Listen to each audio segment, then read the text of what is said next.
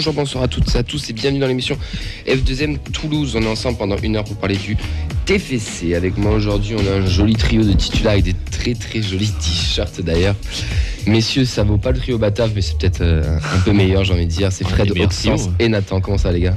Ça va, super, avec, comme tu l'as dit, ce magnifique t-shirt. Ouais, on a touché le paquetage, comme on dit. Ouais. Sauf un. J'ai pas eu le temps de le mettre, désolé, on était un peu en speed. Mais merci Oxens pour ce Avec plaisir. petit cadeau. À ma gauche, j'ai le technicien d'internet, j'ai envie de dire, Vincent. Comment il va, Vincent ? Ça va super, j'ai pas non plus eu le temps de mettre le t-shirt, je suis fidèle aux origines. Hein. Good morning Toulouse toujours.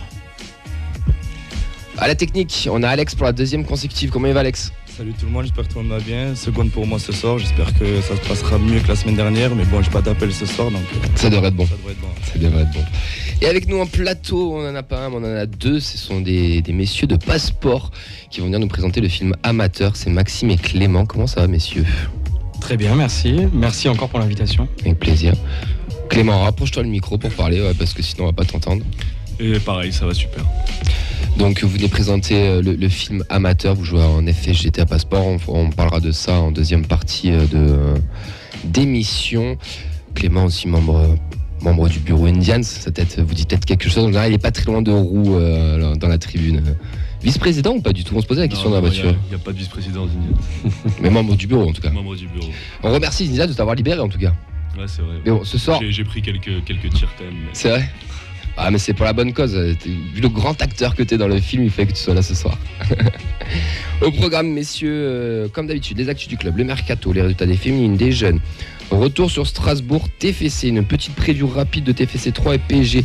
TFC, on n'aura pas de supporters, parce qu'on a privilégié d'avoir un peu plus de temps avec vous pour parler du film, et bien sûr l'entretien avec Passeport, donc Clément et Maxime, et le quiz d'Oxens pour finir l'émission. Vous pouvez réagir en direct sur le Twitter avec le hashtag FDM Toulouse, sur la compte FDM Foot, sur la vidéo du Facebook Live, mais pas que ce soir, Vincent, parce que ce soir, on lance une petite plateforme. Ouais, ça s'appelle Twitch, on a réussi à expliquer à Fred ce que c'était, donc du coup maintenant on le lance. La semaine dernière on n'a pas pu, c'était encore trop compliqué niveau vocabulaire, mais là ça fonctionne, on arrive à être réactif, et il y a même des gens qui nous regardent, c'est émouvant. Bienvenue au 21e siècle, Camille. Ouais. Mais il n'y a pas que Fred qui gagne avec Twitch. Et d'ailleurs, dimanche, on s'excuse pour les problèmes techniques. On devait le commenter sur Twitch, mais la console en a décidé autrement. Mais ce soir, c'est la grande première. Donc, n'hésitez pas à faire des retours et à participer dessus. Vous pouvez aussi appeler le 05 61 80 40 si vous voulez parler du match avec nous. Et sinon, c'est parti pour la 188e émission. Ricili, la frappe de l'anglais.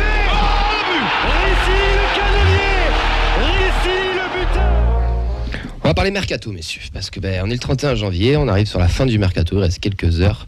Il y a du mouvement à Passeport ou pas ? Alors on n'a pas de... Comment on appelle ça ? Mercato mi-saison ?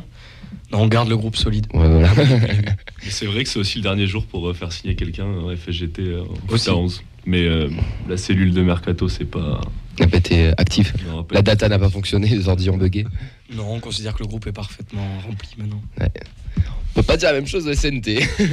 Mais bon. Vous avez des joueurs, vous savez. C'est notre histoire. Faire un petit mercato si là. vous avez des joueurs à 5 minutes. prêter pour prendre du temps de jeu en foot à 7, on est preneurs, les gars. On cherche un avant-centre ou un défenseur central. Mercato de TFC surtout. Auxence. Je te laisse faire la première parce que bon. Oui, c'est pour toi, quand même. je la sentais arriver celle-là. T'écris à qui ? Sans commentaire. On commence cette info mercato avec le prêt de Yanis Begraoui qui part à Pau jusqu'à la fin de la saison. Vous attendez un truc de ma part, je présume. T'es content, t'es pas content, je sais pas moi. Je crois que tu as fêté ça avec les t-shirts que tu nous as offerts, peut-être. Tu pourras appuyer dans son coffre, alors du coup. Je vais pas faire de vanne, je lui souhaite le meilleur. Je pense que c'est la meilleure solution pour lui, et en espérant qu'il nous fasse mentir. Il rejoint Boisgard, l'ancien craquito du Toulouse Football Club, qui retourne là-bas aussi. En parlant de pépites, messieurs, très belle transition, puisque Skita repart en prêt à Odense Bolk Club. Désolé pour mon danois, c'est l'ancien club de Dessler. Partenariats qui se font. Ouais, petits échanges. C'est bien pour Skita, il va prendre du temps de jeu, il va s'aguerrir un peu, c'est pas plus mal. Moi, je te laisse, je vois faire conseil sourcil. Ouais, parce que de près à 9 ans, bon. Après, tu voulais le garder ? Non. Après, ça non, mais c'est pour lui, quoi. Mais il va prendre du temps de jeu, c'est bien. Ouais. T'as pas l'air convaincu. Ça veut dire qu'il en a pas chez nous, quoi. Après, oui. ça laissait un peu bouché, quoi, quand même, au milieu, avec Tsingaras qui était revenu aussi, l'arrivée de Cielo. Ouais. Donc après, il va dans un championnat qui est peut-être. Là, ce qui lui manque, c'est du physique. Donc après, je sais pas si la T1 danoise, ça va lui apporter ce manque justement à combler. Mais étant donné que c'est bouché, je pense que c'est la meilleure solution. À son âge, il faut jouer. Et là, il risque de jouer. Oui. Donc ça peut être que bénéfique pour. Mais ça serait bien qu'il joue chez nous. Quel âge il a déjà 21, si je dis pas de bêtises, ou 20 ans, ou peut-être sur sa 21e année. Enfin, c'est un bébé. Enfin, c'est un bébé. Désolé, Alex. Mais c'est assez jeune, quoi. Ensuite, Isaac Peterson, lui, il a carrément résilié son contrat avec le TEF et a signé à Stad Bike Football. Donc, c'est un club en Norvège, si je dis pas de bêtises. Donc, voilà, bon vent à lui. D'après la dépêche, Flemings aussi aurait un bon de sortie. Donc là, c'est quand même, j'ai envie de dire, 2 recrues data qui ont floppé totalement et qui repartent pas dans l'oubli, mais on va dire dans le plus grand inconnu, quoi. Enfin, ils n'ont pas été performés. Alors, Flemings n'est pas encore parti. Alors justement, je voulais y venir. Il y a l'équipe qui parle de Breaking news. Une breaking news, à Niort. À Niort. Ah ouais. Pourquoi pas. Voilà, pourquoi pas. Pourquoi pas. Oui, pourquoi pas. Écoute, si ça serait un prêt ou un transfert? Alors là, c'est pas précisé. On a juste 4 lignes sur l'équipe. Voilà, c'est censé se finaliser dans les heures à venir, mais Niort, dernier de Ligue 2 pour Flemings. Après, tu parlais de la data tout à l'heure. Le ratio réussite-flop est quand même en notre faveur, tu vois. Donc, bien sûr. Il faut bien qu'il y ait aussi 2-3 échecs.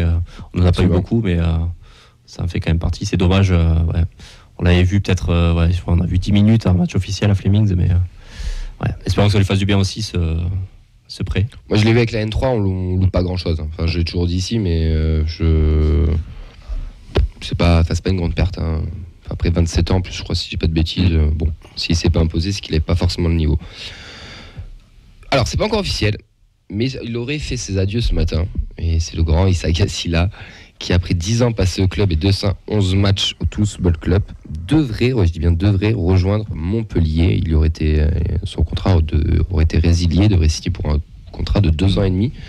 Là-bas, il y a plusieurs sources qui le confirment, c'est pas encore officiel. Messieurs, si là, je me retourne vers tous les deux, qu'est-ce que vous retenez de ce joueur? Parce que c'est quand même un joueur emblématique du TEF qui nous a fait râler pendant des années, qui nous a surpris pendant certaines fois et qui là, il part un peu, j'ai envie de dire, à son meilleur niveau et limite, on va peut-être le regretter, parce que quand on voit la saison qu'il fait, c'était quand même un bon élément. Puis 10 ans au club, c'est quand même pas rien. Est-ce que vous avez, quel est votre ressenti?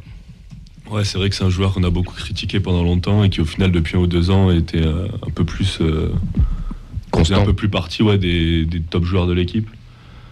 En tout cas, de toute façon, je crois que depuis que Comoy est arrivé, il voulait qu'il parte pour son salaire, donc voilà. Ça doit être une bonne chose au final pour le club de pouvoir libérer autant d'argent, mais en tout cas, gros respect à un joueur qui passe 10 ans sous contrat dans un même club. Et c'est très rare, et donc ça restera un joueur qui a traversé les dernières époques. La dernière fois, on nous a posé la question, est-ce que Silla, pour vous, est une légende du TFC? Est-ce que tu le mettrais dans les légendes, c'est peut-être un peu fort, mais dans les gros joueurs, peut-être, je sais pas. Ouais, je pense pas quand même, je le mettrais pas dans les légendes. Je pense que... si on revient quelques années en arrière, c'était un des joueurs les plus critiqués, moqués, donc il a peut-être progressé. Après, de là à dire légende... Je trouve qu'il a mûri dans son jeu. Il a réussi à se construire. Je me posais la question, qui est-ce qui est parti en prêt dans l'RTFC? Ça, je me retourne vers les spécialistes. Et qui a réussi à bien revenir, à s'imposer au TFC. Silla, c'est un des seuls, je pense. Peut-être le seul auquel je pense. Flemings bientôt, du coup. Lui, au fur et à mesure des prêts et peut-être de son âge, parce que maintenant il commence à être assez âgé. Pour 29 ans, ça va. Il est plus en fin de carrière qu'au début, mais en tout cas, ce qui est sûr, c'est qu'il a réussi à s'imposer. Et chapeau à lui. Maintenant, bon vent, comme on dit. Messieurs, je suis un peu déçu de la destination. Je suis un peu d'accord avec toi. Parce que... lui, pas en arrière, quoi. Non, mais lui avait dit qu'il voulait un nouveau challenge. Montpellier... il aura la mer, juste. Je vois pas trop le challenge. Si, ça confirme qu'un club comme Montpellier, a plus de moyens que nous.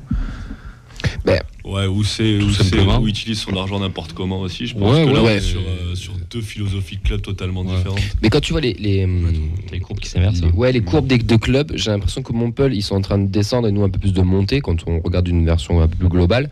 Et je crois que c'est Vincent qui disait ça dimanche quand on en parlait un peu, c'est que ça ressemble un peu au Panic Boy que le Toulouse pouvait faire il y a quelques années, là, quand on allait chercher des Makengo, des William Bunker, des machins. Mais niveau qualitatif, par rapport à ce qu'ils avaient aussi, ça reste. Mais je pense que pour Montpellier, ça reste un bon joueur. Moi, je pensais que ça serait un départ à l'étranger, franchement, quand lui-même a dit qu'il se cherchait un nouveau challenge, je pensais pas que ça soit en France, quoi. Mais même si c'est pas un mauvais joueur, je pense que il doit avoir un salaire qui correspond pas non plus à son niveau, et donc ça doit pas être facile de trouver des défis pour lui. Non, c'est vrai que puisque tu parles de légende, la légende, c'est un peu ça, quoi. C'est d'avoir un salaire aussi fort pour un joueur comme ça, quoi. Ça restera quand même, ce sera un mec, je pense qu'on se souviendra dans 20, 30, 40 ans. Il a quand même 200 et quelques matchs chez nous. Et un des mecs les plus réguliers. Il a été bon en Ligue 2. Il a été bon cette année en Ligue 1. C'était le meilleur joueur quand on était sur la pente descendante de 2015, on va dire, à 2020. 2020. Donc voilà, il a progressé dans son jeu aussi. Enfin, même assez athlétiquement, il s'est affûté aussi. Donc, Mais après, c'est marrant comme tu peux passer de. Enfin, ça va vite, quoi. Tu passes d'un joueur donc hyper décrié. Il y a encore 3 mois, tu lisais de ces trucs.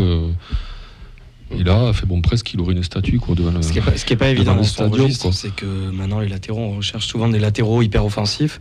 Lui, il l'est pas forcément. Je pense que Montpellier qui cherche la stabilité défensive, ça va les aider. Ouais. C'est là qu'ils sont allés le chercher, je pense. Ouais, mais c'est surtout que ici, Gassila, ça a été un peu le bouc émissaire, le représentant de toutes les années d'errement où le TFC avait totalement perdu son ambition. Donc je pense alors de temps en temps, c'était quand même à juste titre, mais il a souvent pris pour les autres. Mais c'est vrai que 200 matchs, ça force le respect. Et concernant son transfert, j'avais lu qu'il y avait 3 clubs, donc en plus de Montpellier, il y avait Westerlo en Belgique et l'AEK Athènes en Grèce. Je pense que le choix de Montpellier peut se justifier par peut-être ne pas trop se dépayser. Il n'y a pas la personnelle à part. Voilà, il n'y a pas la barrière de la langue, il part pas trop loin. Il a une grosse partie de sa famille qui est à Toulouse maintenant, donc ça peut expliquer aussi. C'est pas impossible. Après Westerlo, voilà. C'est 7ème de D1 belge. Époque napoléonienne, pas plus, quoi. Très bon. Oui, peut-être des réactions. Oui, sur ta vanne. Ouais, plusieurs réactions. Sur Twitch, on a Dimitri qui nous dit dommage, mais ça te doutait un peu. Par contre, ça me fait un peu chier qu'il parte pour Montpellier. On a Chocolatine 30 qui nous dit j'aurais préféré qu'il parte dans un obscur club de golf, mais ça nous décharge d'un gros salaire. Et Bernard sur le Facebook Live qui nous parle quand même d'un joueur historique du TFC, critiqué mais toujours exemplaire. C'est pas une légende, mais un joueur qu'on n'oubliera pas. Il a marqué une décennie du club. Un joueur historique, ça correspond mieux à la légende. Ouais. Un joueur historique, c'est mieux. Je valide. Ouais. Est-ce que Christopher Julien a déjà joué avec Silla ? Oui, je pense, ouais. Oui. Mais après, s'il cherchait des sensations fortes, franchement, moi j'aurais signé donc à l'AEK Athènes, quoi. Ouais, non, bien sûr, mais bon, après nous, en tout cas, on l'a anticipé. On a les NBM, Soiseau qui arrive. Si là, c'était prévu qu'ils partent, et c'est totalement logique. Enfin, je pense qu'il y a même je sais pas, j'ai pas l'info, mais je pense que même qu'il y avait un petit contrat entre, comme on lit lui, en mode attends, on recrute d'abord quelqu'un et après on te libère, quoi. Et c'est ce qui a été plus ou moins fait. On va enchaîner les gars, donc le mercato est signé ce soir, peut-être des surprises ou pas qui vont arriver, je sais pas. Est-ce que pour le moment vous êtes satisfait de ce mercato hivernal avant qu'on enchaîne ? Il me semble qu'on s'est renforcé. Alors au niveau quantitatif déjà, on avait un effectif un peu faiblard parce qu'on n'avait pas trop de profondeur de banc. Là au moins on peut faire de la rotation, c'est déjà intéressant. Et après toujours pareil avec des joueurs qui viennent un peu de championnat qu'on n'a pas l'habitude de regarder, on se dit que c'est des paris, ça peut marcher. Moi je vais te dire, j'attends de voir effectivement sur les premiers matchs la qualité des joueurs, mais voilà, au moins on a comblé des trous dans l'effectif. Ce qui est assez plaisant je trouve dans ce mercato, même si c'est la fin du bal qu'on paye les musiciens un peu, c'est la présence des deux expérimentés, on va dire, les deux personnes. T'as le capitaine, alors j'ai pas retenu leur nom, le capitaine qui était capitaine au Chili. Suazo. Voilà, et le second. Siro. Exactement. Et je pense que pour aller chercher un maintien, on a besoin de ces joueurs-là. Clem, t'es satisfait toi ? Ouais, de toute façon, moi je considère que l'équipe sans le mercato était déjà assez solide pour aller chercher le maintien, qui est déjà l'objectif. On voit que on est quand même très bien parti. Donc je pense que c'est aussi pour préparer la suite et le départ de quasiment tout le milieu de terrain cet été. Donc il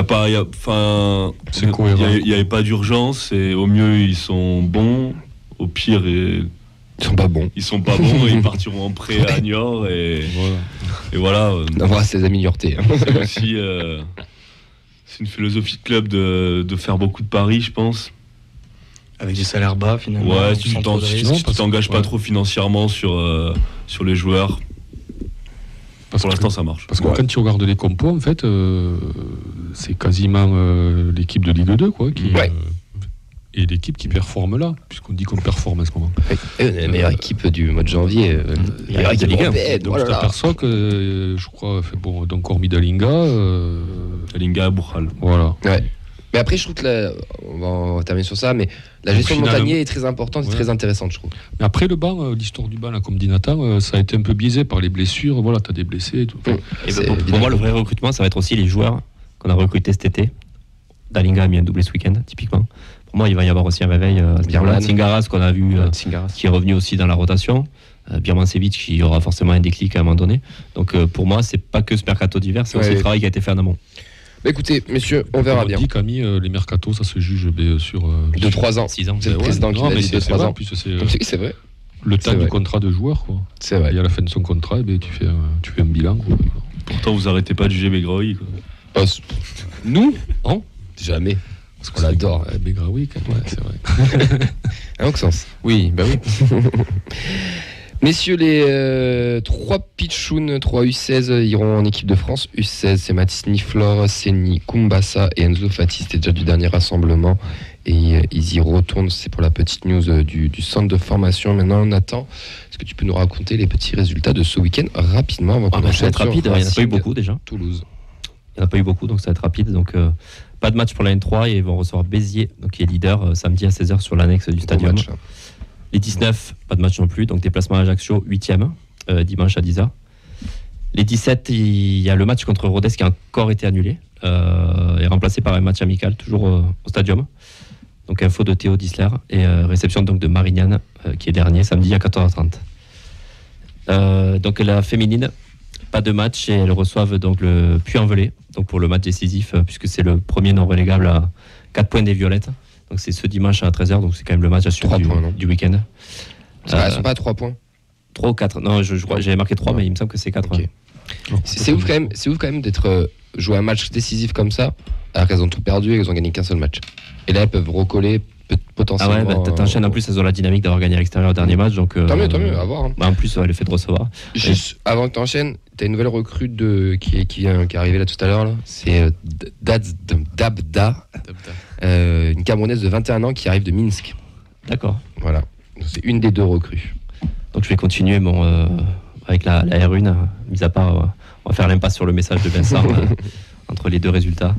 Donc victoire 4-0 en Coupe d'Occitanie sur le terrain de Gaillac et la buteuse et la toute nouvelle recrue donc des Violettes, Célène Altunkoulak. Donc elle vient de Rodez et voilà, elle s'adapte quand même bien. Donc retour au championnat ce week-end avec la réception de Montpellier dimanche à 13h et les 19. Donc elles ont gagné pour la 2e journée de la phase excellence. Première victoire face à Grenoble qui leur permet d'être la seule équipe derrière les 2 leaders, donc Dijon et Marseille. Donc c'est repos ce week-end et déplacement à Saint-Priest le dimanche 12 février. Vous suivez un peu ou pas le centre, le féminine ou pas du tout? Franchement, pas du tout. T'as le droit. Je suis déjà assez, je pense. Max, tu regardes un peu, non? Aussi. C'est dommage. Les jeunes, c'est pas mal à les voir. Fut un temps, pour le coup, on le regardait, je pense. Hein. Après, moins maintenant. Quand il y a après Patifo qu'il y a les matchs à côté, c'est plus compliqué à faire les 2. Ça, je te l'accorde. Tu peux pas tout faire. Je peux faire un grand chelem comme ça. Tous les matchs des jeunes. Putain, tous les matchs au stadium. Un grand chelem, là, c'est...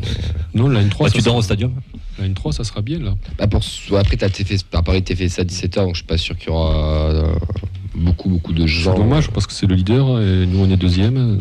Ouais, bon après, leader, loin. Ils ont 10 points d'avance. Vous pouvez retrouver chaque semaine le calendrier de toute façon des jeunes et des féminines qui sont diffusés donc tous les vendredis sur les réseaux de la feuille de match et avec tous les résultats le lundi avec des tout jolis nouveaux visuels. Donc n'hésitez pas quand vous avez des doutes ou que vous voulez peut-être voir un match. On vous transmet tout le vendredi, on vous donne les résultats le lundi. On va passer, messieurs, au retour du match entre Strasbourg et Toulouse.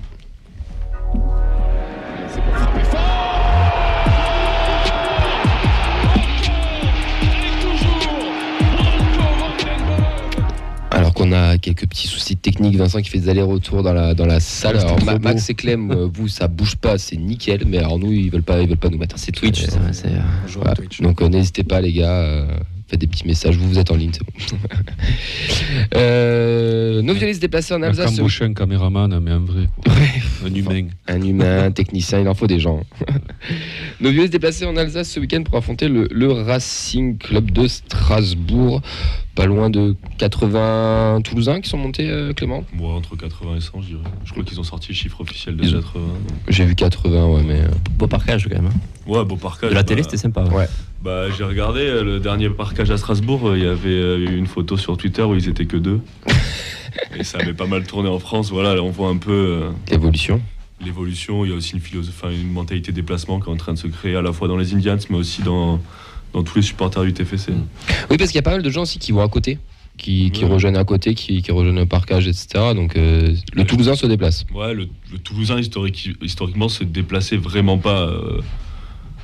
Pour avoir fait pas mal de dettes depuis quelques années, on était vraiment souvent esselés, surtout quand on s'éloignait à 4-5 heures, plus de 4-5 heures de Toulouse. Maintenant, on a réussi à remplir un parcage à Rennes. Là, on est 80 à Strasbourg, où c'est vraiment le déplacement le plus loin de l'année. Donc franchement, c'est cool. Ouais, ça fait plaisir. Ouais. C'est des nouvelles personnes qui venaient pas au stade avant déjà de base ou c'est des personnes qui reviennent peut-être. De toute façon, il n'y avait personne au stade avant, donc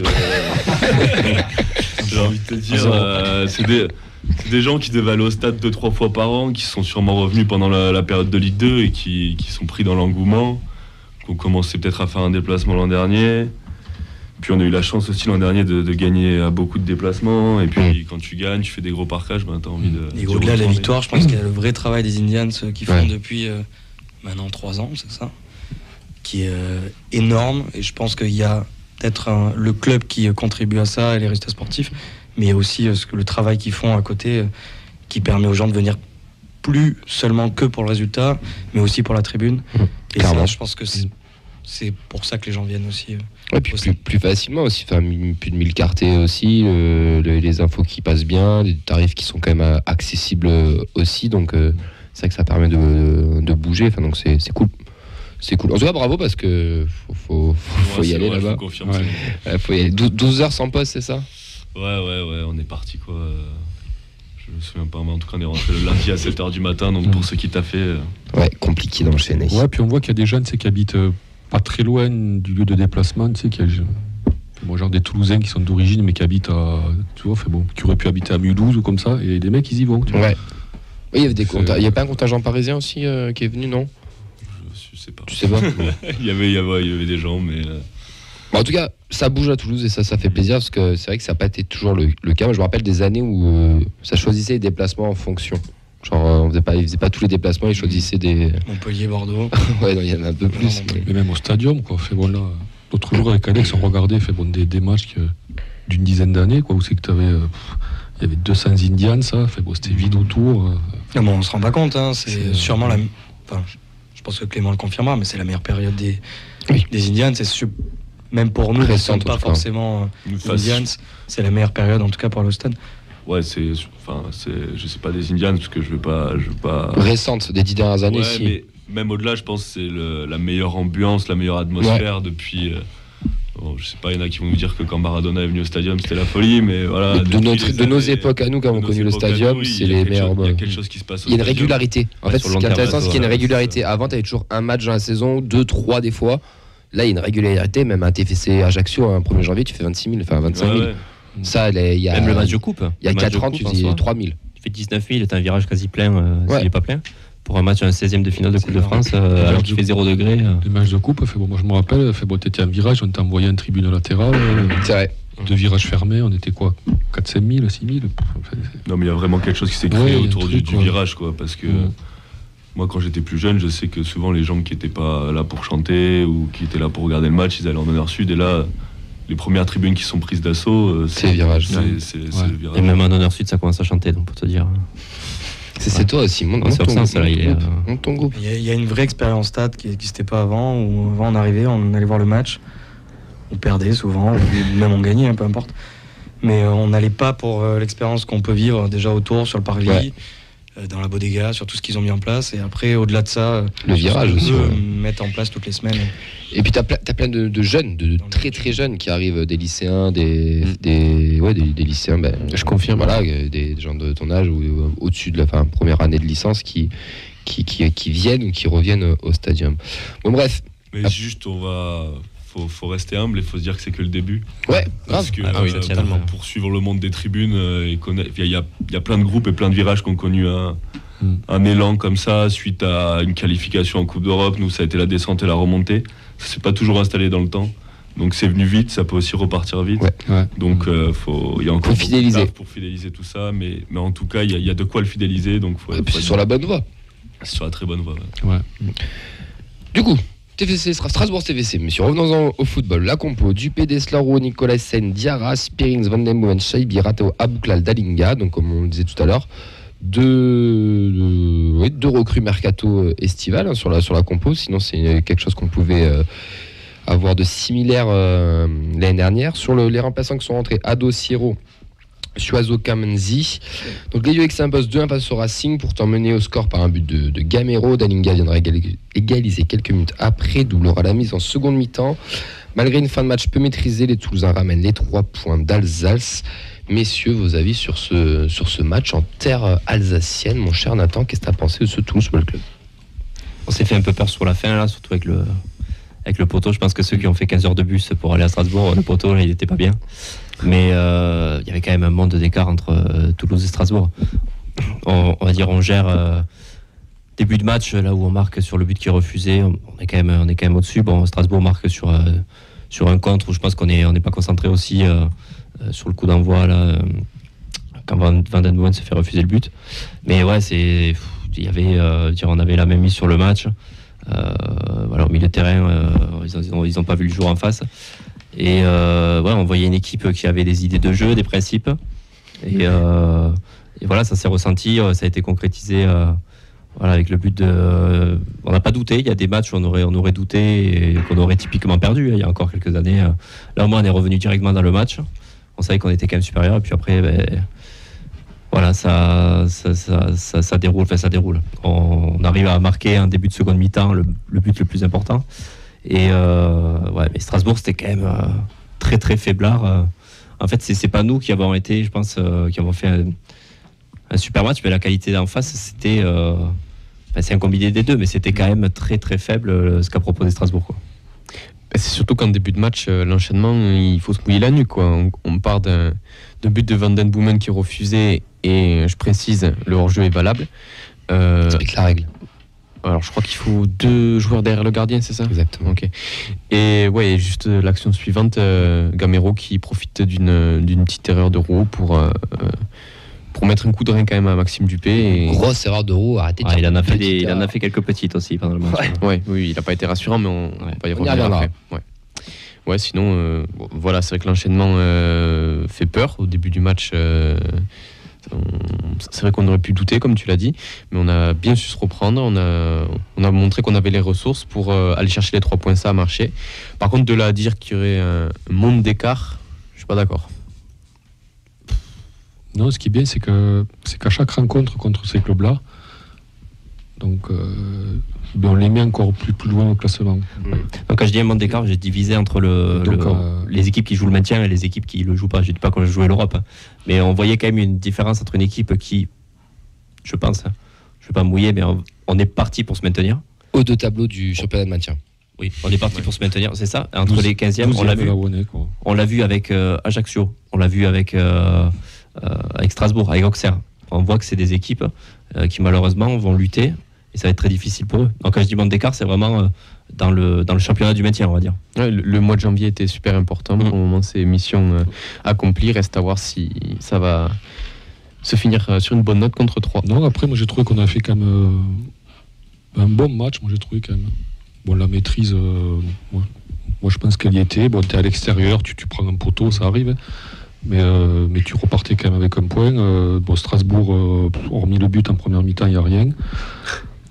fait bon en termes d'occasion, et en seconde mi-temps, ouais, bon, il y a ce poteau. Mais après, moi j'ai trouvé qu'on avait maîtrisé, franchement, à l'extérieur, faire un match comme ça, pour un match important quand même, parce que c'était un match important pour les deux équipes. Ben, j'ai trouvé qu'on avait été, pas serein, mais relativement à l'aise, quoi, quand même. Est-ce que réellement Strasbourg nous a mis en danger pendant le match ? Non. Le but de Gamero, c'est une erreur défensive. Double erreur défensive de Rouault et de Dupé, parce que moi je mets aussi Dupé dans le lot. On a 2 gardiens sur le plateau, on va pouvoir leur demander. C'est dur. Bah tiens, tu trouves qu'il fait pas... Tu l'as revu l'action pas ? Ouais, il se fait prendre facilement. Après, c'est un duel et on peut pas lui en vouloir. Il est quand même à terre avant que le mec ait fait quelque chose. La fin de Gamero a été... Après, c'est Gamero quand même. Pour moi, il est déjà à terre avant qu'il ait fait la fin de Gamero. Sur un duel, t'es obligé d'anticiper. T'es obligé de... Il a fait un choix. Le gardien, l'attaquant, il a 10 façons de pouvoir te battre sur un duel, et surtout quand Rouault était loin, il ne le gênait pas. Il anticipe le contre-pied, en fait, il plonge avant de... Il tente un truc. Ouais. Ok. Bon, ben il a tenté. Tu préfères quoi Qu'il tente rien, ou qu'il se jette et ça fait péno, ça fait... Non, qu'il reste sur ses appuis. Parce que, en fait, ce qui me gêne dans ça, c'est que je trouve que Gamero ne fait pas une grosse feinte. Gamero, en fait, le fait que Dupé soit déjà par terre, ça implique la feinte de Gamero. Il y a un truc de... Je sais pas si vous voyez ce que je veux dire, il y a un truc de retard, tu vois. Gamero aurait fait une feinte, je t'aurais dit, il s'est fait avoir, tant pis pour lui. Bah là, je trouve tu regarderas, la vitesse, parce que ça va vite. Oui, ça va très vite. Ça va sur mon canapé tranquille, c'est sûr que... Je te le redis Camille, ça reste Gamero, qui est quand même... c'est un joueur qui a joué... Oui, qui a un bon niveau, voilà. Et il y a un petit geste de son pied, là, de sa jambe, qui peut faire croire à Dupé que c'est... En seconde mi-temps, tu veux dire ? On va... Il y avait un petit geste du pied. Après, moi, j'aimerais aussi dire quand même qu'on reste quand même sur nos principes de jeu, quoi qu'il arrive. C'est-à-dire qu'on on se déplace en 4-3-3. On joue. On prend un but, et on continue à jouer. On marque, on continue à jouer. Moi, je trouve que c'est bien ce que fait Montagnier en ce moment. J'ai des réactions sur le Facebook Live sur ce but déjà pour Bernard. Rouault 100% responsable, il estime. Après, je suis assez d'accord sur Dupé, que c'est quand même compliqué ce qu'il peut faire là. Parce que là, on a l'équipe technique en train de revisionner le but. C'est la VAR. Non, c'est surtout on le voit pas de suite, mais Nicolas Hyssen met une petite poussette dans le dos de Gamero. Il donne de l'élan. C'est à ce moment-là que Maxime Dupé plonge, donc je pense qu'il s'attend à ce qu'effectivement il lui mette le contre-pied, mais Gamero est poussé dans le dos, et il est poussé dans son élan, et Dupé est déjà parti, quoi. C'est dur de en vouloir sur ça. Dupé jusqu'à l'an dernier, il était aux fraises sur tous les pénaltys. Cette année, il y a des stats exceptionnels. Voilà, tu peux pas être bon partout, sinon pas dire qu'il se trouve en plus. Il se trouve pas. C'est pile ou face, face à face comme ça. Quand on vient de parler de ce qu'a fait Dupé sur ce face-à-face, c'est qu'on est bien quand même. C'est ça notre problème actuel. Non mais oui, voilà, moi je n'en veux pas. Dupé, il cherche des trucs. Non mais il fait une très belle saison, mais je trouve que Rouault est changer de gardien. Mais il n'y a pas que Rouault. Je trouve que Dupé a sa part de responsabilité dans le but. C'est juste ça. Je dis pas qu'il faut changer Dupé et installer Hogg, Rest ou je sais pas qui. Je dis juste que pour moi, bon voilà. Mais comme tu dis, il a tenté un coup. Allez, je te la prends et tant pis. Un Racing quand même assez faible, moi j'ai trouvé. Je te rejoins, je trouve qu'on se déplace avec nos moyens, mais un Racing quand même faible. Max, t'as vu le match ou pas ? Enfin, c'est ça à penser, parce que on a reçu un mec qui nous disait on va droit vers la D2, et j'étais là en mode quand même. Enfin, sur le papier ils ont une belle équipe, et quand tu les vois jouer, oui, alors il y a sûrement un manque de confiance, et on verra s'ils arrivent à enchaîner les matchs positifs. Pour l'instant, c'est pas le cas. Je suis pas fan de dire que eux ont fait un mauvais match. Je préfère valoriser notre match à nous, parce que si eux font un mauvais match, c'est que les 11 mecs, voire plus, ont réussi leur match derrière. J'aimerais bien appuyer sur le fait que, et j'ai encore vu une stat, Spearing a été monstrueux. Oui. Il est en récupération de tous les ballons.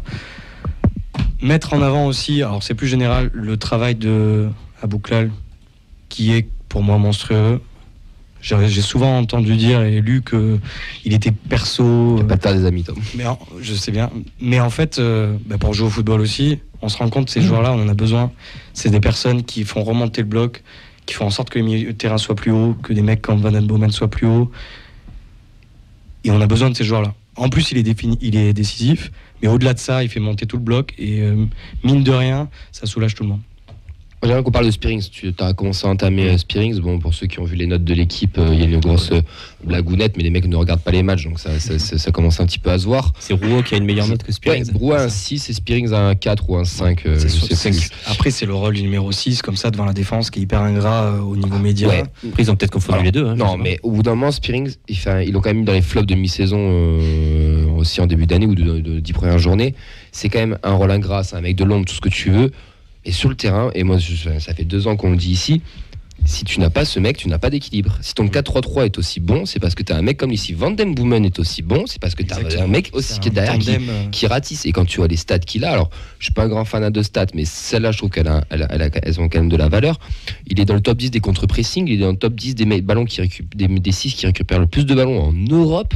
Enfin, au bout d'un moment, c'est que le mec, il est pas si mauvais que ça quand même. Et tu le vois, le nombre de ballons qu'il récupère. Et moi je trouve que celle-là est la plus importante dans la moitié de terrain adverse. Parce qu'un 6 qui récupère des ballons devant sa surface, bon, c'est-à-dire que tu as un bloc bas, c'est que c'est pas bon. Mais quand tu récupères des ballons dans la moitié adverse, c'est que tu as quand même des mecs qui vont chercher haut. Et quand ton 6 ratisse comme ça, putain, c'est que c'est quand même intéressant. Après, c'est pas Van Den Boomen, il va pas tenter des grandes transversales ou quoi, ou changer le jeu et pas trop dicter le tempo. Mais lui, son rôle, c'est de prendre les ballons, de les donner à VDB et après, on y retourne.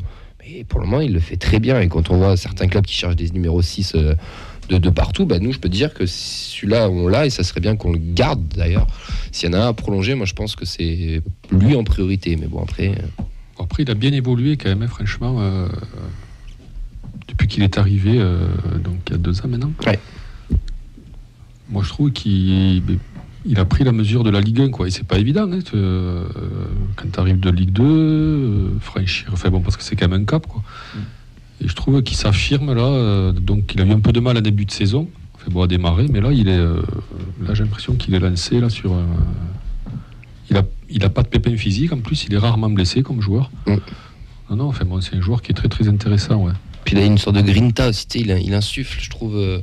Quelque chose de positif. Là, dimanche, il a fait un gros match, moi j'ai trouvé, franchement. Ah oui, clairement. Il a été à l'aise, quoi.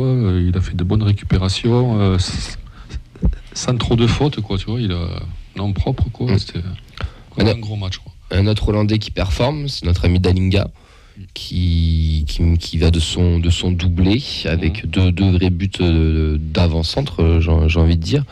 On va pas le rappeler, les qualités techniques, je pense qu'on les a tous vues, tous ceux qui connaissent un peu le football ont vu que ce gamin avait des qualités footballistiques.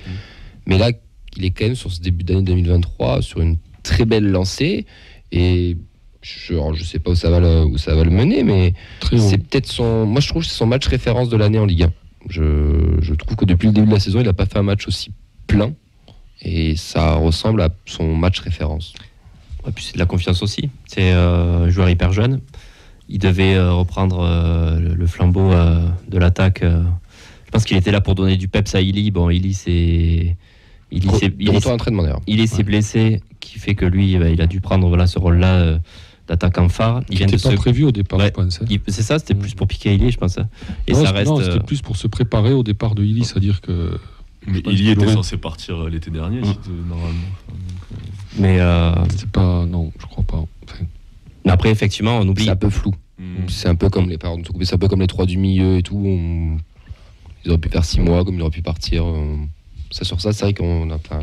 C'est pas drôle. Et puis on oublie qu'il est hyper jeune. Avant le match, il a marqué 4 buts en Ligue 1. C'était un des meilleurs buteurs du TF aussi, à égalité avec De Jagereux, Ratao.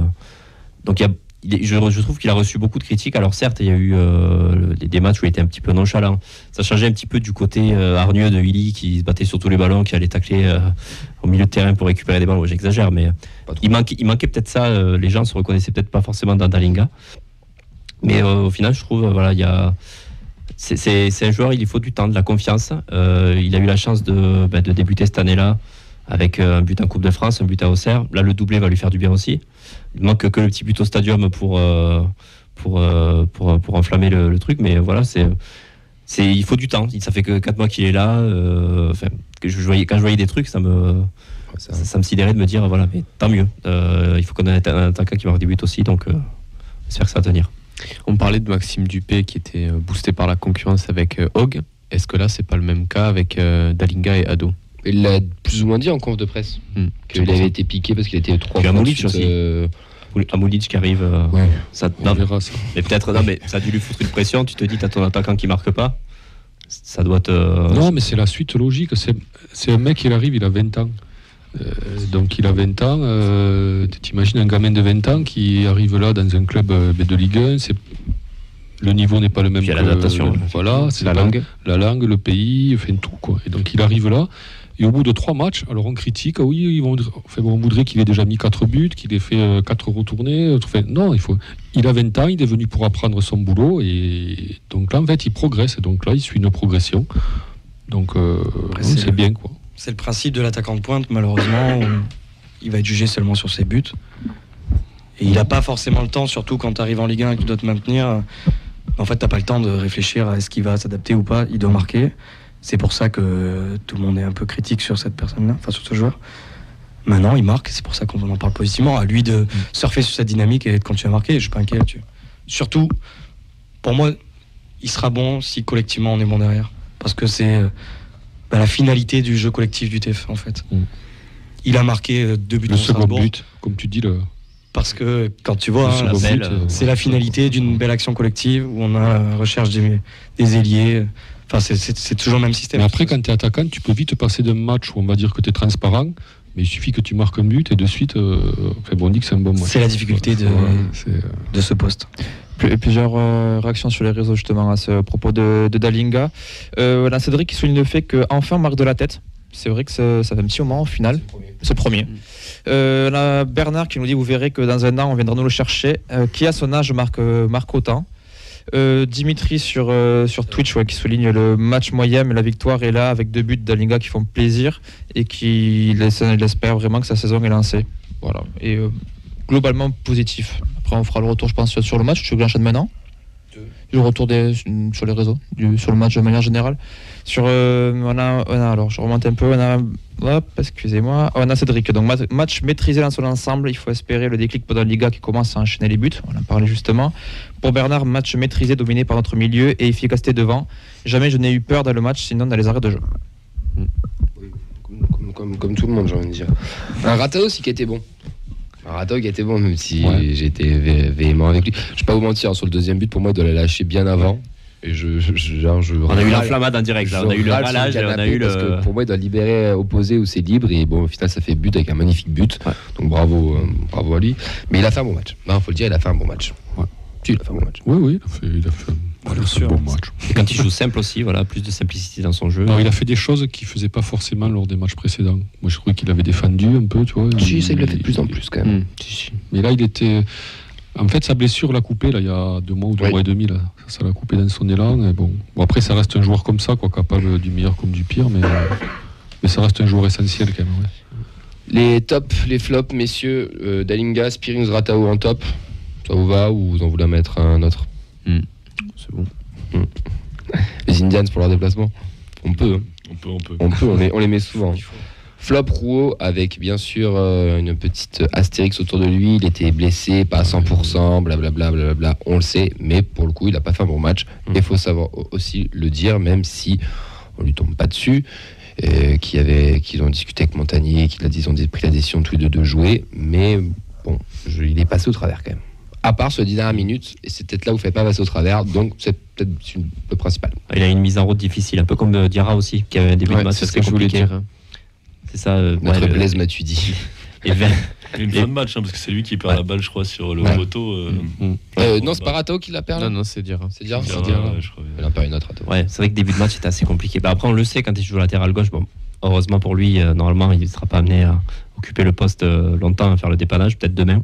À la limite, mais on va venir après ça. Mais c'était assez compliqué, le pauvre. Après, voilà, je le blâme pas parce qu'on sait que quand il joue à ce poste-là, il dépanne, mais voilà, c'est pas l'assurance tout risque, quoi. Ouais, il montre de l'envie. Le problème, c'est qu'on voit qu'il est quand même très limité, et à force, parce que ça fait quand même un petit moment qu'il joue latéral gauche, l'excuse du c'est pas son poste, ça peut pas non plus durer jusqu'à la fin, quoi. Après, c'est un mec. Mais Oxane, ça c'est pas son poste. Un mec assez limité. Il y en a eu un qui est resté 10 ans, et tout à l'heure on a dit que c'était un joueur historique. Donc, 10 ans, le foot va vite, monsieur. Il n'y a pas que Lilian Thuram, mec, qui lui était. Ah oui, on est d'accord, C'était pas son poste latéral droit non plus. Parce que c'est facile de les mettre en latéraux, les mecs. Allez hop, je te mets en latéral. T'es milieu, je te mets en latéral. T'es central, je te mets en latéral. Voilà, quoi. Oui, bien sûr, mais ce que je veux dire, c'est que. T'as quand même eu une formation avant, et ta formation, elle sert à te former. Il est formé latéral gauche. Ouais, non, mais non. Si, il est formé latéral gauche. Si, capitaine en plus. Oui, si, il est formé latéral gauche. Il est quand même. Il est meilleur en axial gauche dans le schéma à 3 en pro, mais il est formé latéral gauche. Ouais. Désolé. Merci Camille. Avec plaisir. Allez messieurs, on va enchaîner avec la présentation de Toulouse 3 et de PSG TFC. Ratao. Rentrée, en haut, il va tenter quand même la frappe. Et derrière TFC 3 avec une horaire magnifique, messieurs, de 19h au stadium, parce que c'est bien connu, le Toulousain ne travaille pas ou n'a pas de bouchon sur la rocade, donc on pourra tous y aller bien avant, c'est génial. Vous en tant que supporter par rapport aux anciens qu'on a eu, ces horaires-là, ça vous dit quoi? Bon, je pense que pour moi c'est catastrophique pour le football. Et c'est 19h cette semaine, c'est 18h15 la semaine prochaine pour la Coupe de France. Et 16h30 le mercredi après. Pour le goûter. Non, mais je comprends même plus en fait, parce qu'on te dit que c'est pour les diffuseurs, mais bon, je vois pas ce qu'ils y gagnent à mettre des matchs à 19h non plus. Enfin, je vois pas qui gagne quelque chose. C'est une catastrophe pour les stades. Et ça fait chier. On peut le dire. J'ai envie de dire que ça se mobilise pas trop par rapport à ça quand même. Non, parce que j'ai l'impression que c'est quand même de pire en pire d'année en année. Nous on en parle souvent entre nous au sein des Indians, mais avec les autres groupes ultra. Mais il n'y a pas vraiment de réaction du public. Quoi. Qu'est-ce qu'on pourrait faire pour contrer ça? C'est ça aussi, qu'est-ce qu'on peut faire? Oui, je rejoins même les clubs en fait. Mais qu'est-ce qu'ils peuvent faire? Le club, tu peux dire, moi j'aimerais que mes supporters viennent à 20h. Mais c'est la télé qui leur donne l'argent. Ils peuvent pas dire ça. C'est ça le problème. T'es pas une catin, quoi. Je veux dire. Si. C'est parce que, moi je suis désolé, mais si tous les clubs professionnels se mettent entre eux pour dire on en a marre de ces horaires.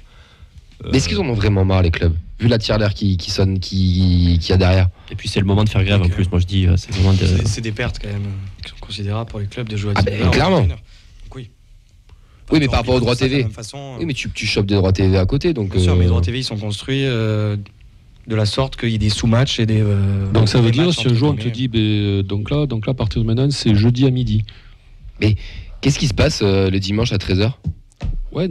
Non mais c'est dimanche, ça reste. Et des matchs le dimanche à midi aussi en Serie A. Mais c'est les droits TV qui dirigent tout. Moi je dis pas qu'ils ont raison, je suis pas pour. Moi je pense que les clubs au moins dimanche 13h, c'est ça. Communiquer sur ça quoi. Enfin, au moins ils pourraient prendre la parole quoi. Il n'y a que la FSGT qui devrait. Il y a quand même des banderoles tous les dimanches. Ils s'en branlent. Une tribune. Ça fait 10 ans qu'il y a des banderoles, ils s'en branlent. Même les clubs. Tu mets des stades vides, peut-être ça fait moins vendeur pour un droit télé, je sais pas. Moi, je pense qu'ils veulent te tenir à la maison, c'est-à-dire que tu vas regarder ton match à 18h30 ou 19h, tu vas enchaîner, fait bon, comme on en parlait, tu vas enchaîner, tu vas appeler à l'eau, fait bon, tu pizza, tu m'envoies 2 pizzas et tu restes dans ton match. Et t'enquilles sur le PSG ou l'OM, donc à 21h ou 21h30. Parce qu'il y a qu'eux qui sont intéressants et qui sont prioritaires. Exactement. Moi, j'ai pas la solution sur comment inverser la tendance, mais faut qu'un jour les supporters se saisissent de ce problème en fait. Moi je pense que vraiment si on s'y met tous ensemble on peut faire changer les choses, parce que des stades vides ça n'intéresse pas les diffuseurs non plus, donc c'est toujours le paradoxe. Le Covid nous l'a montré. Mais le classico en Coupe de France, Marseille-Paris, tu le mets à huis clos, c'est pas vendeur. Et même à Toulouse-Reims en Coupe de France à huis clos, c'est dégueulasse. Oui, non mais c'était un exemple, tu dis du match vendeur. Oui.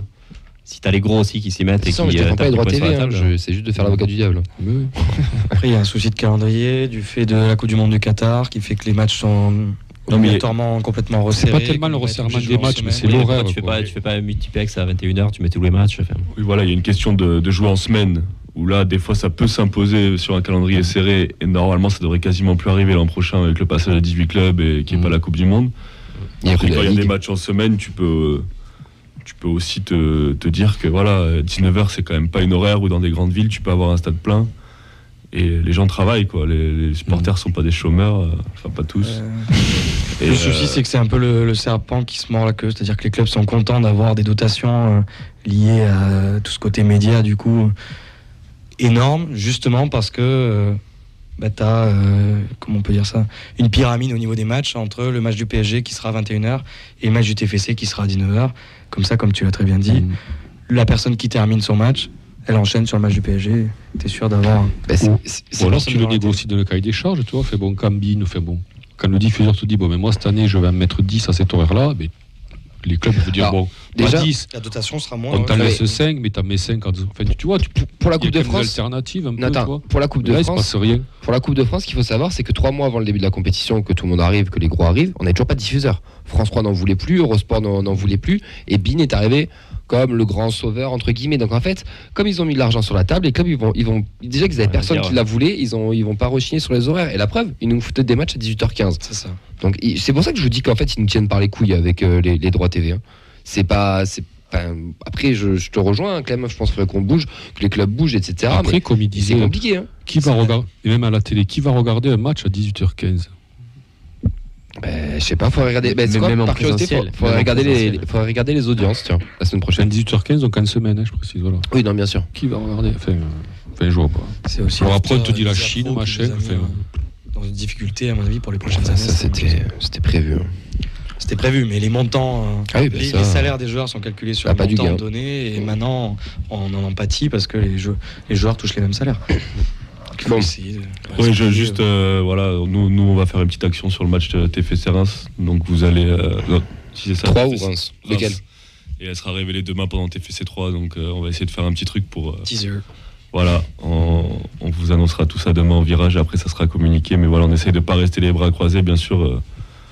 On se bat contre un monstre. Et d'ailleurs, beaucoup de groupes ultra, de supporters, tout le monde, et même nous les premiers, même les lambda entre guillemets, tout le monde se rend compte que ces horaires sont ahurissantes. Exemple tout con, ma mère, quand je lui dis l'horaire du match, elle m'a dit mais pourquoi ils font ça à 18h15 alors qu'elle s'en tape, tu vois. Mais c'est stupide. Mais il y a même les joueurs, je dirais presque aussi. T'as aucun joueur qui. Mais il n'y a que qui comprennent pas, ou qui veulent pas comprendre, je sais pas. Tu vois, les joueurs, ils pourraient dire, Bon, rendez-vous demain, en tout cas, au stadium pour les plus courageux et pour ceux qui peuvent se libérer et poser des RTT. Ça sera 19h au stadium. Alors, tu as des réactions avant que j'enchaîne ou non? Je pourrais te rapprocher, ok.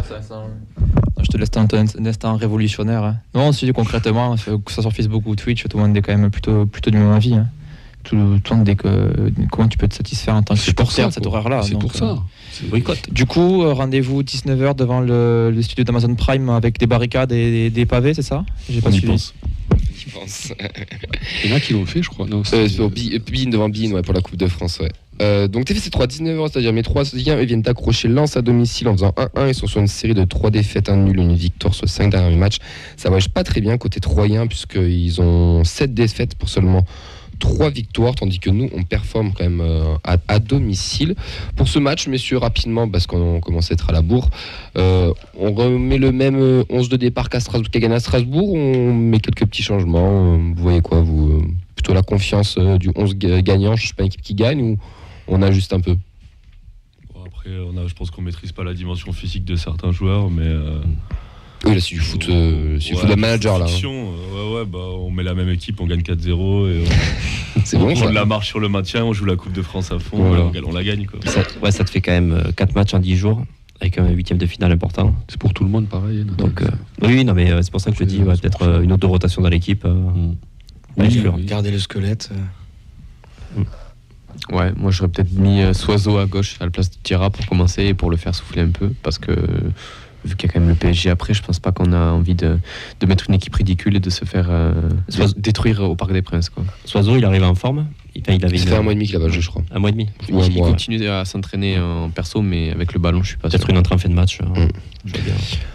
En tout cas, c'est le match pas du maintien, mais de notre championnat. C'est celui qu'il faut gagner, c'est celui-là. Même si on ramène une victoire du Parc, on va pas j'ai pas le terme. On va la prendre, quoi, voilà, tout simplement. Mais c'est vrai que TFC 3, c'est quand même la priorité pour nous. PSG TFC, c'est le match un peu bonus, déplacement organisé. Clément, les tarots pour remonter à Paris c'est quoi? J'ai vu, ça a été communiqué. Place comprise, 85 € pour les membres, 90 € pour les non-membres. On sait à peu près l'heure du départ ou pas? Départ à 5h du matin. Nice. sous le pont du stadium comme d'hab. Parce que les boulangeries sont ouvertes à 5h pour les croissants. Je peux avoir des kebabs peut-être. 5h et après arriver là-bas vers quelle heure? On va arriver vers autour de 15-16h comme d'hab. Et ça sera le plus gros parkage depuis le début de la saison. Ah ouais, tu penses? Oui, clairement. Combien de bus là qui... On espère en faire 4. Nous. Ah ouais, quand même. C'est bien quand même. 4 bus, c'est pas mal. Clairement, il y en avait que 3, non, si je dis pas de conneries. Je sais pas. Je crois qu'il y avait 3 bus, clairement 2 ou 3 bus, ouais. Clairement, je crois qu'il était pas mal déjà le parkage. Il y avait que 2 bus. Mais on a reçu énormément de messages de gens qui sont sur Paris, qui sont à côté. La communauté Île-de-France. La communauté, déjà on était 600 ce que j'allais dire, l'an dernier pour un match de Ligue 2. Après, on ne sait pas qui est-ce que ça va attirer dans le parkage non plus. Oui, c'est ça. Moi, je préfère les parkages qui sont là pour chanter, animer, plutôt que ceux qui vont se prendre en selfie devant le corner de Neymar, quoi. Mais voilà, c'est le genre de déplacement qui sort de l'ordinaire. Mais on espère faire une grosse performance en tribune, en tout cas. Et bien raison. Toulouse, quoi. Il n'y a pas de raison. Pour le suivre, le match, pour ceux qui n'auront pas la chance d'être au parc, vous pouvez aller au Danube, messieurs, pour voir le match. Rendez-vous depuis le début de la saison. Ça se passe là-bas avec une belle équipe qui vous reçoit de l'ambiance. Vous pouvez boire des verres, manger un petit morceau. Romain, qu'on avait reçu dans l'émission, fera un grand plaisir de vous recevoir. Est-ce que tu seras au Danube, mon cher Vincent? Ouais, pour prendre la feuille de match, s'il y en a qui veulent venir. Plus aussi par curiosité, puisqu'ils ont fermé pour travaux, donc ça sera tout beau, tout propre, tout neuf. Donc envie de voir aussi. Puis pour du repérage, pour des prochains lives. Si la technique marche, si la console nous veut du bien. Mais ça, c'est une autre histoire. Allez, messieurs, c'est le moment, c'est votre moment. Ça fait 1 heure que vous êtes là, que vous parlez football, mais vous n'êtes pas venus que pour ça. Vous êtes surtout venus pour nous présenter votre film amateur, le film amateur. Donc, on est parti pour l'entretien avec Max et Clem.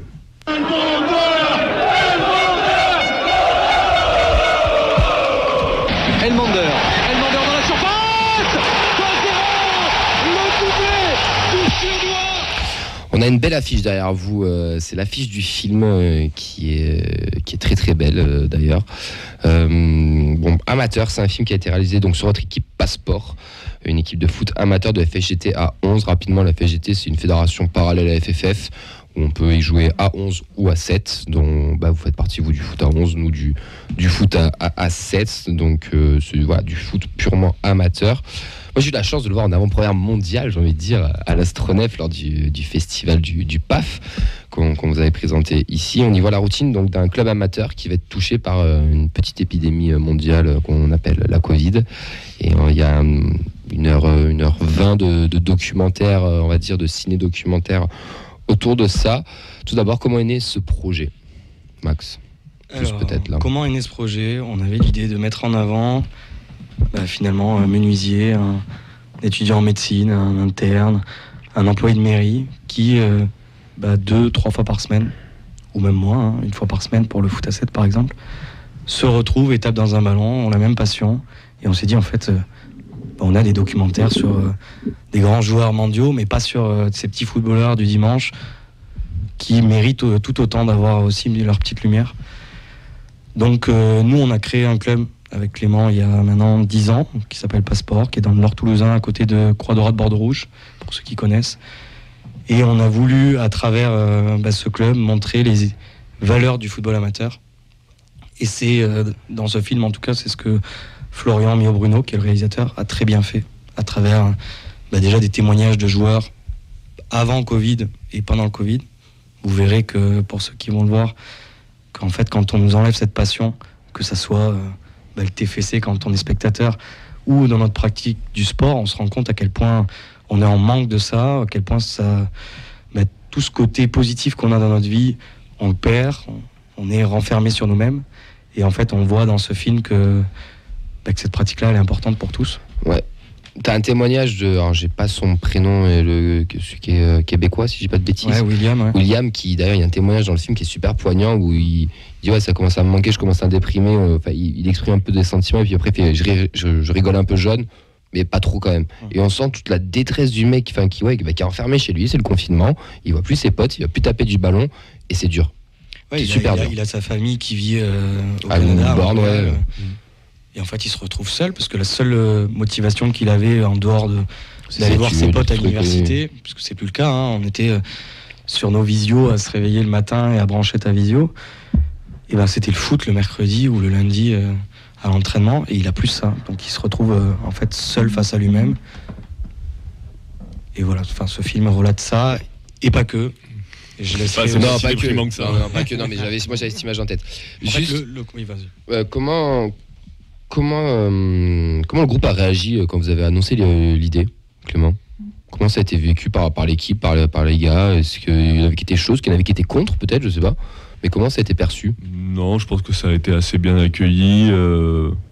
Puis il y avait aussi l'avantage du fait que le réalisateur était quelqu'un de notre âge, avec qui on s'entendait bien aussi, et donc il n'y a pas eu de malaise de se retrouver avec une caméra ou autre. Mais non, ça a été bien accueilli. Puis je pense qu'aussi tout le monde était content de se dire qu'un jour il aurait des images en fait de lui en train de jouer au foot, même si bon, il y a pas énormément d'images de. Il y en a quand même. Oui, mais voilà, c'est pas des résumés de match ou autre, quoi. Voilà, enfin, il y a ma boulette en quart de finale de Coupe de France, ça lié. Mais voilà, je pense que les gens étaient, ça les amusait plus qu'autre chose, enfin, d'avoir une caméra et. Oui, parce que l'idée du projet, c'était de suivre la saison de passeport, la saison sportive. Et patatras, on se tape un Covid, et là ça change tous les plans en fait. Ça a changé totalement la direction qu'a pris le documentaire. Et c'est aussi la beauté du documentaire, c'est-à-dire que tu arrives avec plein d'envie de se dire on va suivre une saison avec à la fin, j'espère, un titre ou autre. Et en fait, la chance du documentaire, c'est que le scénario s'écrit au fur et à mesure du film. Avec le recul, c'est mieux clairement, parce que comme j'ai dit, ça met en avant ces valeurs que tu retrouves sur le football amateur, parce que, je vais le redire, mais quand tu enlèves ce quotidien à ces sportifs, même s'ils ne sont pas professionnels, hein, tu leur enlèves du quotidien, c'est là que tu te rends compte de l'importance dans leur vie quotidienne, justement. Ouais, du foot qui est ultra important. Et ce documentaire, il fonctionne pour le foot, mais on s'y retrouve si on aime le handball, si on aime même le jeu d'échecs ou le dessin, peu importe. En tout cas, vous allez voir. Même socialement, moi je trouve quand tu ressors de ce documentaire, et là je vais citer Marianne, elle me dit ouais, ça donne envie de faire du foot ou de s'inscrire dans un club. Tu vois, c'est ça. On voit une énergie, une synergie entre vous, parce qu'il n'y a pas que des images de foot, il y a des images aussi où vous êtes ensemble en communion, où vous en chiez aussi ensemble pendant l'épidémie, où vous vous retrouvez, où vous faites des foot, des machins, et tu sens tu te reconnais aussi toi en tant que footeux, parce qu'on n'a pas été professionnel, et on joue dans des clubs similaires où on a joué au foot même petit, tu te reconnais dans tout ça et tu te dis ah ouais, c'est fort le foot, et c'est cool, et c'est bien de le mettre en valeur de cette manière en tout cas. Bien sûr, et on met souvent en opposition le foot amateur et le foot professionnel, mais finalement au niveau de l'organisation qu'on a nous depuis 10 ans, alors je vais pas dire qu'elle est quasi professionnelle, mais on fait en sorte que les joueurs soient dans les meilleures conditions possibles. Il y a une vraie organisation, des calendriers, un fonctionnement de présence à l'entraînement pour savoir qui va jouer le match. On a des valeurs, on a une charte exactement de fair play, et une dizaine de personnes au bureau. Et voilà, ce milieu associatif et ces bureaux qui sont hyper importants dans la vie d'un club amateur. Non, c'est ça, voilà, j'étais en train de valider ce qu'il disait. C'est aussi ce qu'on retrouve dans le film. Dire le foot amateur, c'est pas que la gadoue et les tacles lissés au niveau des genoux. C'est aussi des clubs qui essayent de faire le mieux possible. Alors, bien sûr au niveau amateur, mais dans des conditions qui sont, en tout cas, on essaye d'être niveau amateur, mais des une régionales, non départementales, départementales. Oui, mais c'est plus au niveau quand même du département, donc c'est quand même pas rien non plus. Ça reste de l'amateur, mais vous affrontez des mecs tous les week-ends, toutes les semaines plutôt, pardon, qui ont du niveau. Que ce soit la semaine dernière. Oui, mais c'est le but. C'est le but aussi, mais c'est aussi t'affrontes potentiellement des fois des anciens pros, des mecs qui ont joué à des très hauts niveaux, et tu te confrontes aussi quand même à ce foot pro qui est plus loin, mais qui est pas si loin que ça au final. Il y a une ambition tactique, il y a une recherche de jeu, on veut toujours faire mieux. On a des joueurs chez nous, par exemple, qui viennent de clubs comme Colomiers, comme des super clubs toulousains, Balma ou autres. Donc oui, on est là aussi, quand on arrive à l'entraînement le lundi, on fait des conservations de balles, on fait des mises en place tactiques, on fait en sorte que dans la semaine on fasse le meilleur football possible, et c'est comme ça qu'on y trouve du plaisir derrière. Ouais, et puis ça permet, moi je trouve aussi, à des gens qui veulent jouer au foot mais qui n'osent pas, tu vois, qui se disent ouais, j'ai pas le niveau, tout ça, machin. Et en fait, tu intègres un groupe de personnes et tu es bien dans ce groupe. Et en fait, donc comme tu l'as dit, ça peut être du foot, du handball, du machin. Et en fait, tu restes dans ce groupe et tu arrives d'horizons différents, tu vois. Fait bon comme ce Québécois, là, donc il arrive là, et bien en fait, presque il se retrouve dans une famille, quoi. Complètement. C'est le vecteur social de toutes les associations. Enfin, moi, je vais pas tout ramener aux Indians, mais c'est pareil. Oui, ça fait partie aussi. Les associations, en fait, c'est socialement l'endroit où tu te fais le plus d'amis, où tu vas le plus t'épanouir et te développer. Et nous, on a créé ce club il y a 10 ans, et on a maintenant la moitié au moins de nos potes qui jouent dans ce club ou qui ont joué. Et ça a créé vraiment une vraie bande qui se retrouve derrière les mêmes valeurs et qui puis des jeunes différents, quoi, tu vois. D'âge différents, de niveaux différents, de professions différentes, de milieux sociaux différents. Regarde ce qu'il vient de dire, typiquement. Alex est à la technique ce soir, il joue au Sporting, on l'a ramené au foot, on l'a ramené à la radio, t'es venu, il était au Sporting, il a été ramené. Enfin, c'est pareil pour vous, je présume aussi. Quand tu parlais d'assos des Indians, enfin moi je le fais le pareil aussi avec GMT, où tu regardes, l'assos, c'est là où tu crées les copains, quoi. En fait, on est tous égaux, quoi. Ouais. Tu t'en fous que puis chacun donne de son temps. Tu t'en fous que le mec il soit avocat et toi t'es carreleur, tu vois. Ça peut aider des fois quand même les deux. Non mais bon, il y en a un qui a 50 ans, il y en a un autre qui en a 20, tu vois. Non mais c'est bien, quoi. C'est exactement l'idée du documentaire, c'est d'arriver à faire en sorte que derrière, quand vous avez vu ce film, qu'on parle de ces sujets-là, parce qu'en fait au niveau média on en parle très peu. Parce que c'est des personnes qui, comme les bénévoles, qui sont pas rémunérés, qui ont peu de poids aussi pour certains dans la société. Et voilà, donc c'est important à travers ce film de mettre en avant ces personnes-là qui travaillent aussi d'une certaine manière au quotidien, comme Clément avec les Indians, comme vous avec la radio, avec la feuille de match. Donc voilà. Combien de temps de travail pour sortir ce film docu à peu près, environ? Longtemps. Il y a eu plus de 2 ans et demi pour le coup. C'est des centaines d'heures de rush à dérusher parce qu'il nous a suivis avec plusieurs caméras. C'est une seule personne qui travaille dessus. Florian Mio-Bruno, je le répète, il est hyper talentueux pour le coup. Il travaille aussi dans toute la région basque dans le surf. Il fait des documentaires dans le surf. Et voilà, beaucoup de travail et le rendu est... Enfin, tu le diras toi-même, mais le rendu est magnifique pour le coup. J'allais dire, est-ce que vous êtes fiers du résultat du coup? Oui, je présume. Oui. Satisfait. Complètement heureux. Même au-delà de nos attentes, on n'est pas sur un film amateur, si vous voyez ce que je veux dire. Après, je pense que moi ce qui me tarde vraiment, là, on a fait une première avant-première où il y avait quasiment que des gens du club ou des proches. On était 3 hors club. 4, voilà. je crois. C'est aussi, là, il va y avoir du coup l'avant-première, vous allez en parler après, à l'Utopia de Bordeaux-Rouge, où là, on va peut-être étendre le spectre des gens qui seront présents. C'est le lundi 6 février à 20h. Et c'est là où on va pouvoir aussi voir comment ça résonne sur des personnes qui appartiennent pas au club, qui n'en ont rien à faire du football. Et ce sera intéressant aussi d'avoir ce genre de retour, je pense. Parce que nous, moi je prends autant de plaisir à voir ce documentaire parce qu'il est bien fait que parce que c'est mes potes et moi qui sont c'est vrai, quand toi tu y vas beaucoup, toi t'es un grand acteur. Pareil. Ah, t'es bon. Ce qu'il faut savoir, c'est que en fait, j'ai découvert quelque chose. J'ai fait le parallèle parce que nous, on a Vincent qui joue le gardien et qui nous fait chier tous les lundis pour pouvoir jouer avant-centre avec la 2. Et en fait, je me rends compte que dans le docu, c'est quelque chose de très spécifique aux gardiens amateurs. Parce que Clem, qu'est-ce qu'il fait dans le docu? Il joue gardien, mais pas que. Il plante même à la fin. Tu fais un concours avec je sais plus qui d'ailleurs. Avec Max, et tu le bats d'ailleurs. Je le bats. Je vais peut-être réagir, Vincent. Non, mais il y avait un gardien mexicain dans les années 90 professionnel qui commençait les matchs gardiens, puis des fois qui rentrait en cours de jeu pour être attaquant. Et non, mais sérieusement, il y a en plein match, il fallait essayer sur les deux. Mais voilà, c'est le modèle de vie. Autant lui que moi, on doit être les meilleurs attaquants de notre équipe. Et que juste que c'est très important d'avoir un gardien aussi. Et du coup, on nous a mis gardien. Mais je pense qu'à la base, on est meilleurs attaquants. J'ai un ratio de 80 buts encaissés pour 10 marqués dans le club, donc je pense que je peux me mettre au niveau. Je pense qu'avec un but, je suis co-meilleur buteur du SNT, donc c'est pas jouable. Je ne jamais rien sur un gardien. Donc un amateur qui joue à 11, et encore moins qui joue à 7, parce que tu te fais allumer, à 6 mètres. Quoi, donc, Ouais, mais en tout cas, il y a ce parallèle qui est très intéressant. Il me tarde un passeport SCNT depuis le temps qu'on en parle pour voir. Mais par contre, vous jouez pas gardien, vous jouez avant-centre. Ou alors vous faites une mi-temps, tu joues gardien, lui avant-centre et après on inverse, mais faut que vous vous régalez tous les deux.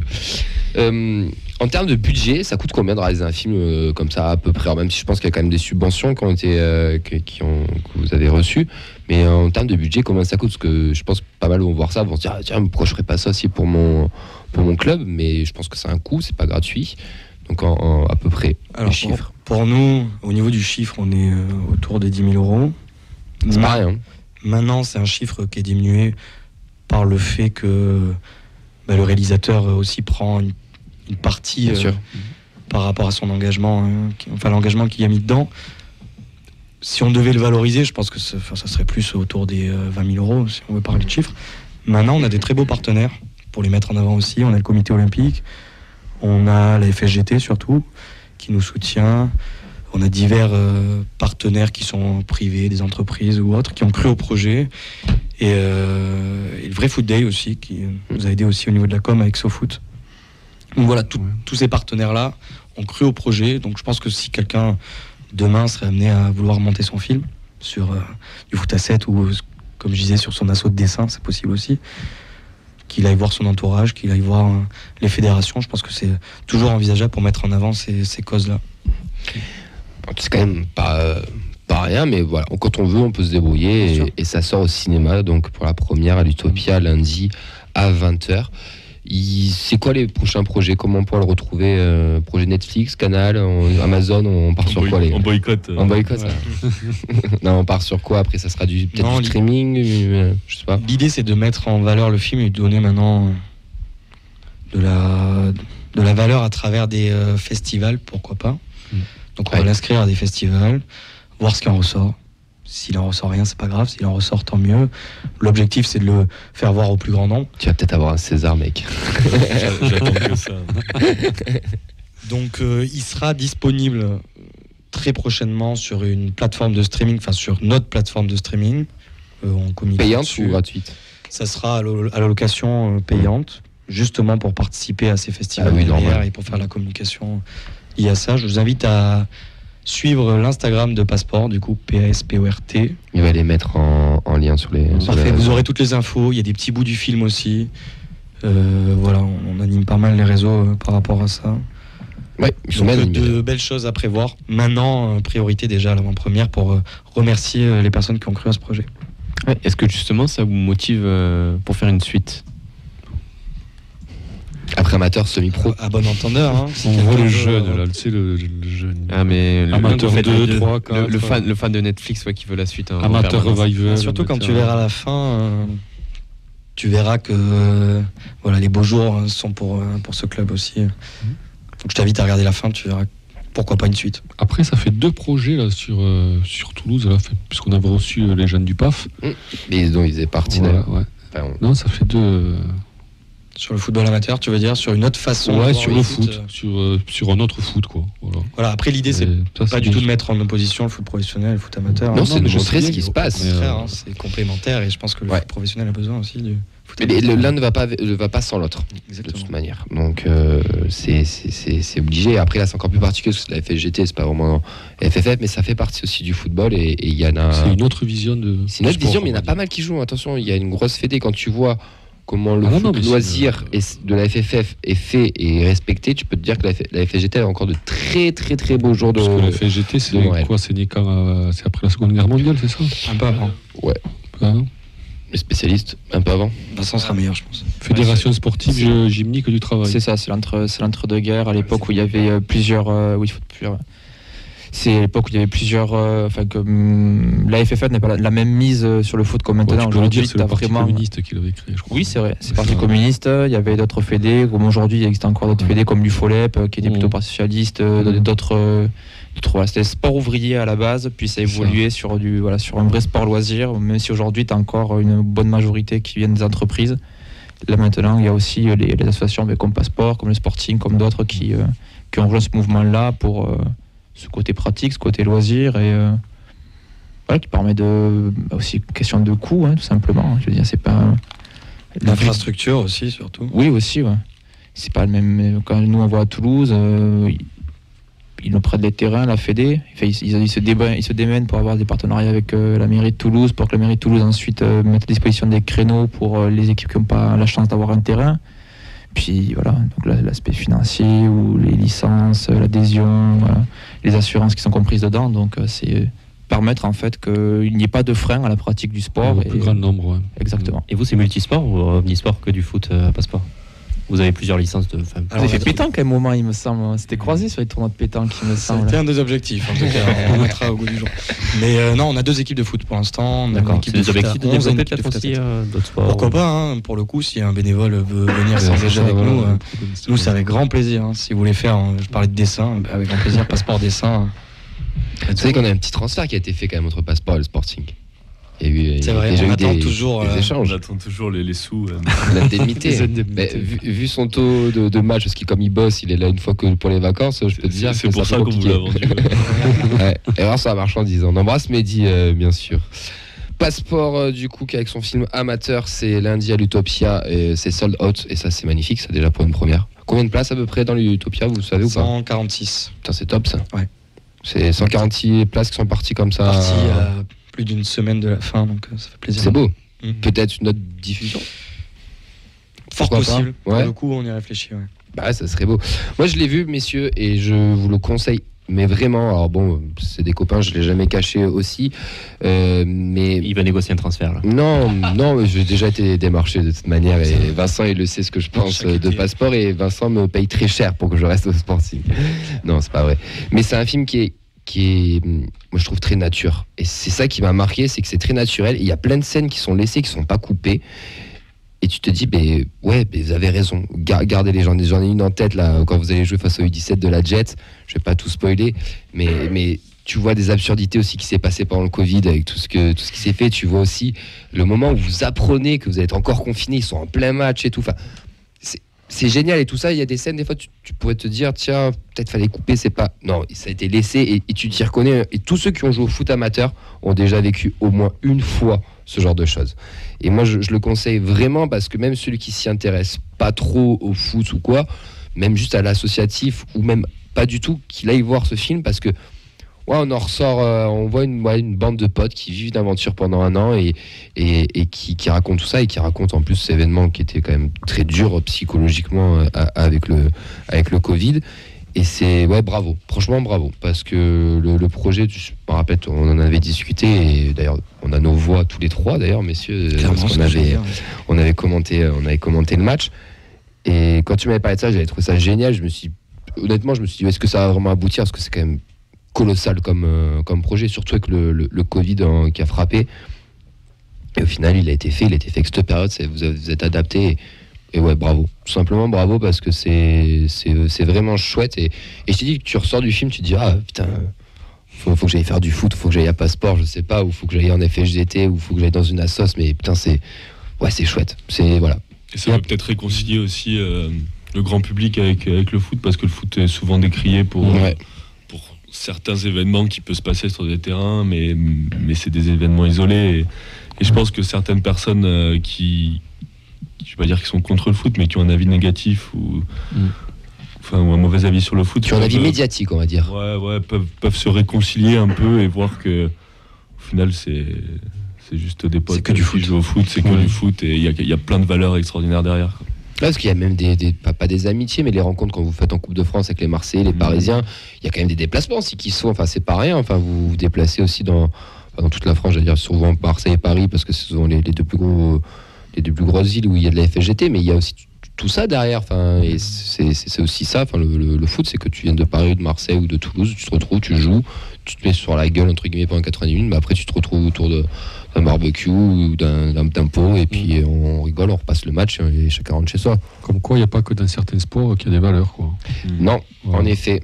Puis si ça peut gommer quelques a priori, comme disait Clément. Ouais. Moi, je vous encourage vraiment à aller le voir, les gars. Et après, c'est pas trop dur d'être naturel quand tu sais que t'es filmé.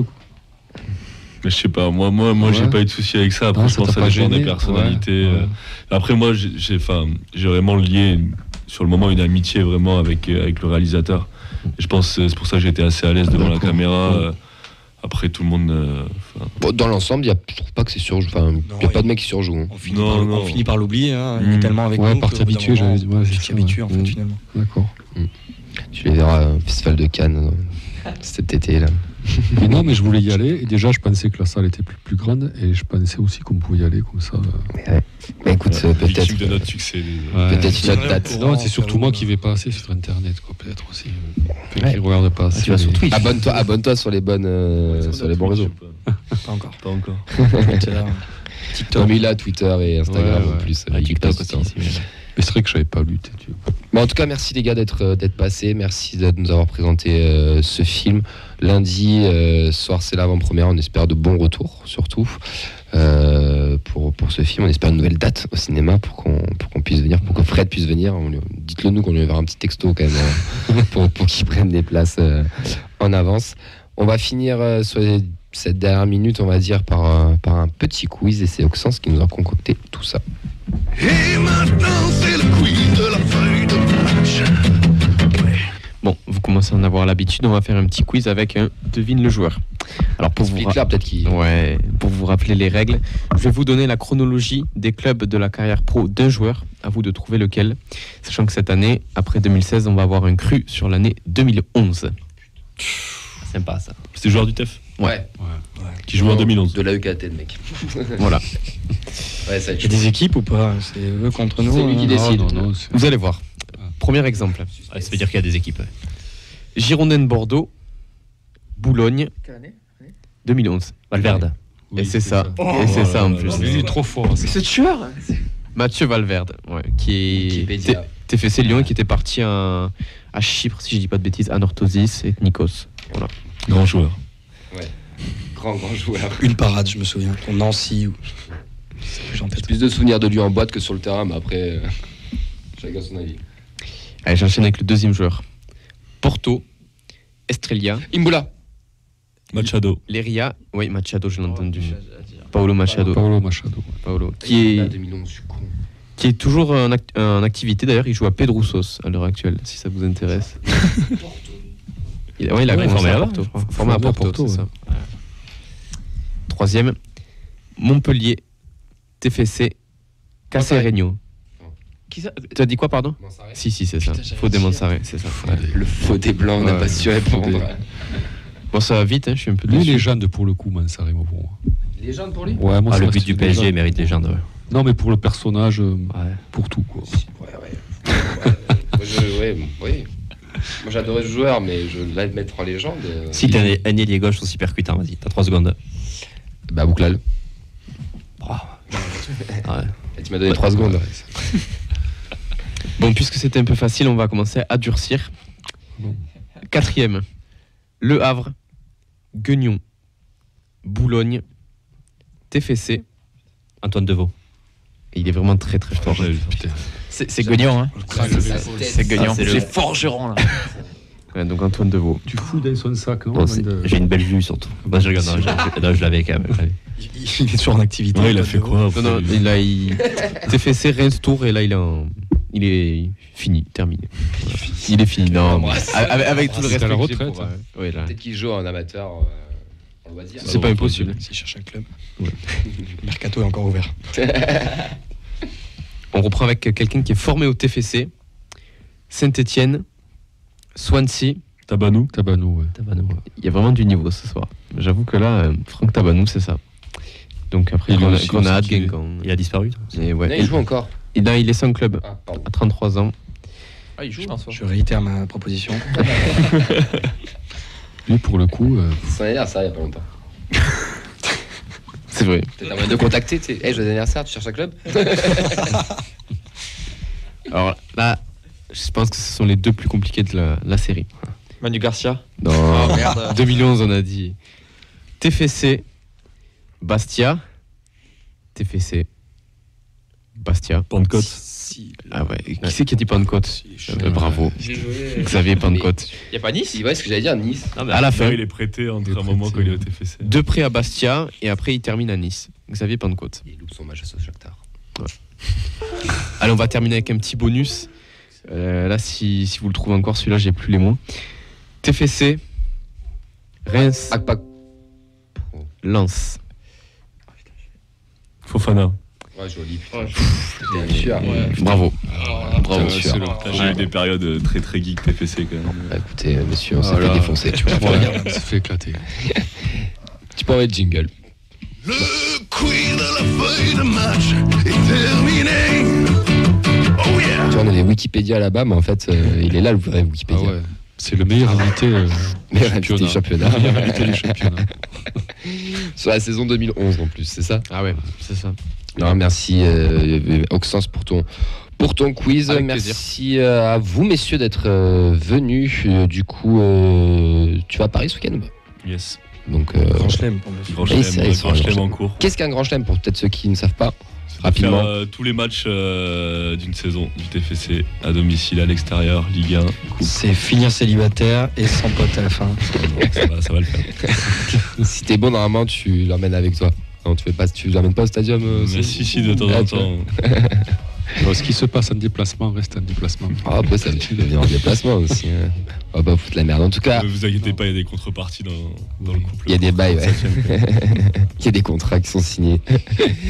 Amateurs, messieurs, l'affiche elle est derrière. Il y aura sûrement peut-être une autre diffusion au cinéma. Et s'il n'y a pas, il sera en streaming. On vous en mettra bien sûr les liens quand ça sortira. Nous enverrons tout ça. Merci à tous les deux d'être venus. Merci Alex à la technique. Bon, pour une deuxième, c'était nickel. Merci Nathan, merci Fred, merci Auxence. Et merci à Vincent et à tous ceux et toutes celles qui nous suivent sur Twitch, sur Facebook et sur tous les réseaux. On se retrouve samedi au parc pour les plus courageux. Sinon, allez au Danube ou restez chez vous comme vous voulez. Nous, on sera là mardi prochain, même heure, même endroit, 98.3. Passez une belle soirée. Et sinon, aussi, rendez-vous demain au Stadium. Parce que c'est vrai qu'il y a un match demain, je m'y fais pas trop. Donc rendez-vous demain à 19h pour les plus courageux. Ciao, ciao. Ciao.